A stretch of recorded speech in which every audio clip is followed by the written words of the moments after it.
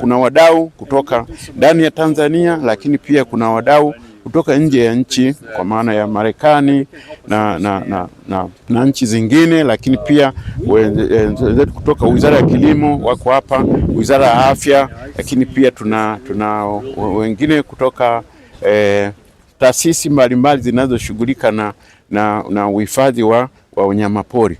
Kwa hiyo mwisho wa mkutano huu tunatengeneza mikakati ya pamoja ambayo ni shirikishi, ambayo itashirikisha wadau wote ili kutengeneza namna ya kutekeleza udhibiti wa viuatilifu kwenye mazingira au kupunguzwa kwa viuatilifu hatarishi kwenye mazingira ili kulinda wanyama, afya ya binadamu pamoja na mazingira. Kwa hiyo tunashukuru serikali ya Jamhuri ya Muungano wa Tanzania inayoongozwa na Dr. Samia Suluhu Hassan.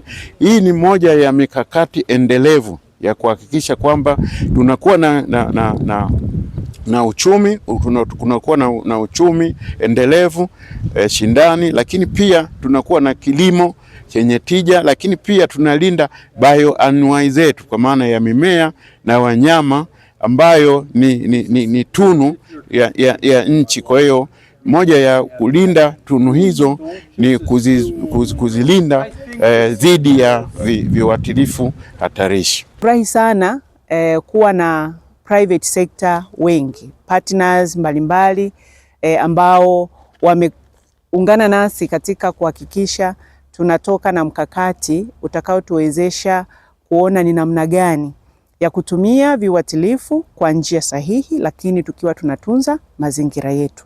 Tunajua kabisa kama wizara yenye dhamana katika swala hili, jambo hili ni mtambuka. Linaenda kwenye mazingira ya kawaida, kwenye maji, inaenda kwenye viumbe mbalimbali.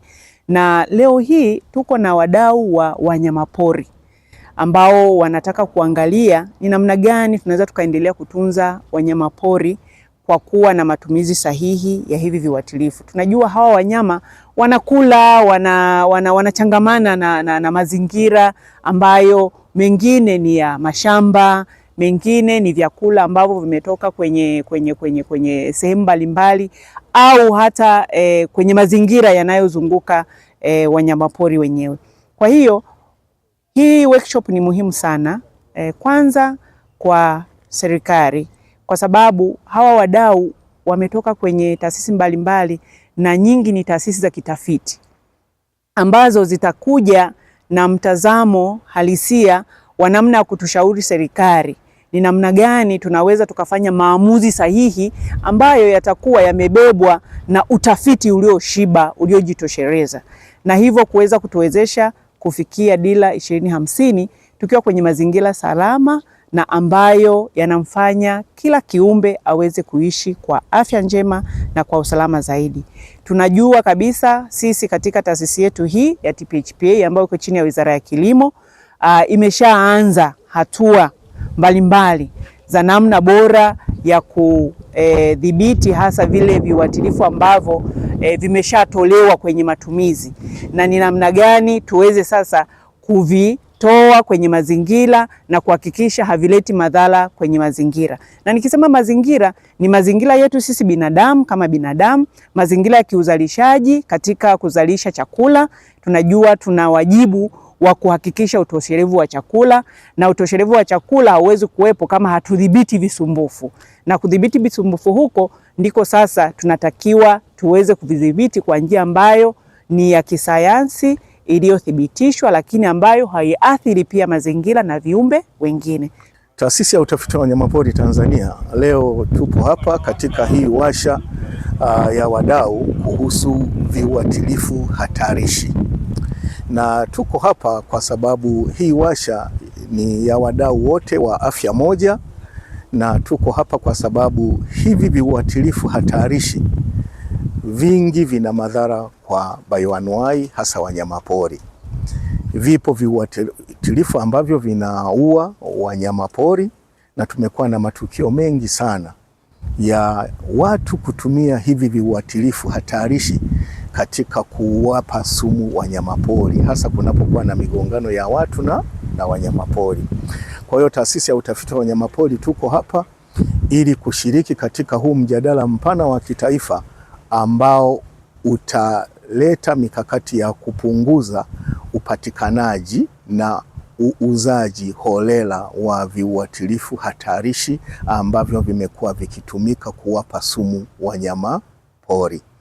Na kwa Tanzania, matukio makubwa ya wanyama kupewa sumu za viuatilifu yako katika tumbusi weupe, ndege jamii ya tumbusi weupe au white-backed vulture.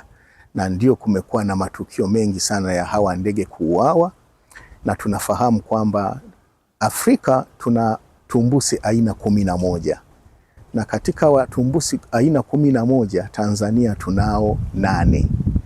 Na katika hawa aina 8 ya tumbusi tulionao Tanzania, 4 wako katika hatari ya kutoweka duniani, wako critically endangered.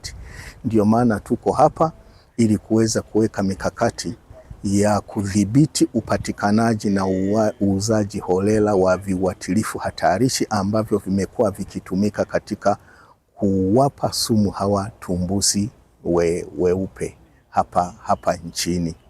Washa hii inawakusanisha wadau mbalimbali kutoka taasisi, wizara na sehemu tofauti tofauti wakiwa na lengo moja la kupitia changamoto za sumu zinazotumika kwenye shughuli za kilimo, namna gani zinaweza zikawa na madhara mtambuka kwenye nyanja zingine kama vile wildlife, upande wa afya, upande wa mazingira. Kwa wadau leo wanatengeneza mkakati wa pamoja wa kuangalia namna gani swala la afya moja linatekelezeka, kwa maana kwamba wanakuja na mkakati wa kutatua changamoto, lakini pia wanakuja na roadmap ambayo itaeleza action plan, kitu gani cha kufanya kama nchi. Kwa hiyo ni kikao muhimu ambacho kimefadhiliwa na wenzetu wa Padre Grill Fund pamoja na TEA. Ni taasisi ambazo sio za serikali ambazo zimekuwa wadau wetu wa muhimu katika kutatua changamoto hizi ambazo kama nchi. Hizi ni sumu kama zilivyokuwa sumu zingine, zisipotumika vizuri zinaweza kusababisha madhara kwenye nyanja mbalimbali, kwenye afya, mazingira, lakini pia swala zima la wildlife. Hili ndio zumuni na wajibu wetu kama mamlaka afya mimea kuwahusisha wadau wote katika kutatua hizi changamoto za pamoja.